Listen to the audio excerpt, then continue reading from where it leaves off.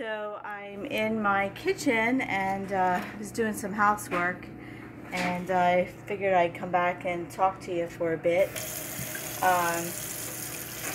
I doing my 72-hour fast, and basically my metabolism has slowed down already. I could feel it.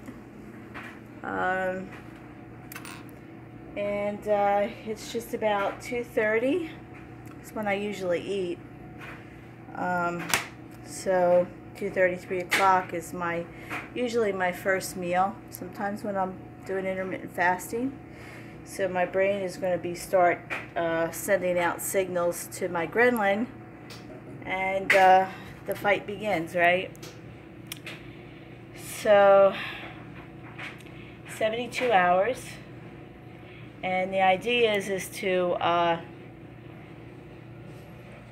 get at the glycogen stores, right? Even though I am low carb, I consider myself not 100% perfect, but I'm low carb considering that I don't eat a lot of carbohydrates, considering like most people do. But I have some in the last, I guess, 6 months to a year has left more carbohydrates back in my diet. So I'm going to switch it up now, and I'm going to go really low carb, which means 50 carbs, 40 carbs, 30 carbs, and going to try this again. Done every kind of body hack and every kind of dietary changes since 2012,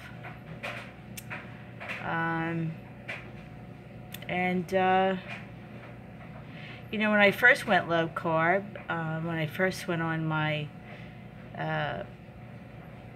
pre-op diet in 2012, because you had a 6-month waiting period, right, before you have bariatric surgery. You had to go to a dietitian and go to the doctors, and they, you know, tell you their dogma and stuff like that, and follow the diet plan, which I had to. And I lost around 9 pounds from January to September. 9 pounds in 9 months, right? So it was a pound a month, which is very slow, right? And I didn't eat any. I stopped eating fast food. I stopped drinking soda. I stopped eating pasta. I stopped eating rice. I stopped eating fruit. So basically it was meat and 4 ounces to 3 ounces of meat and vegetables, which are low carb. And what are they? They're cauliflower, broccoli, cabbage, and what else? Asparagus, right? So those were the vegetables that I stuck to. And no fast food, which you know, and no eating out, and no going to no parties, no barbecues or anything like that, because food smells, the sight of food, what people were eating really triggered me. So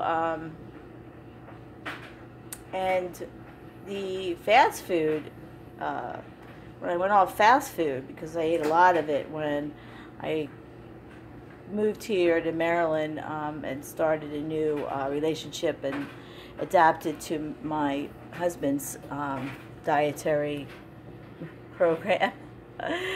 And fast food is a life of what we had, because I was on the road I would leave the house at 4:30 in the morning, and I wouldn't get home till 7 o'clock at night.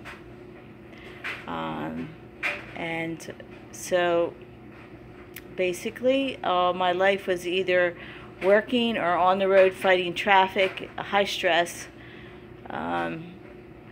So I had bariatric surgery in September of 2012, and I started at 200 pounds. I got as low as 147 I saw on the scale, and today I'm about 158. I fluctuate between 150 to 160 is my highest that I don't want to go over. That seems to be my set point, 160. So to get below that, I really have to fight. My set point was raised because it was my fault. I wasn't paying attention to what I was eating.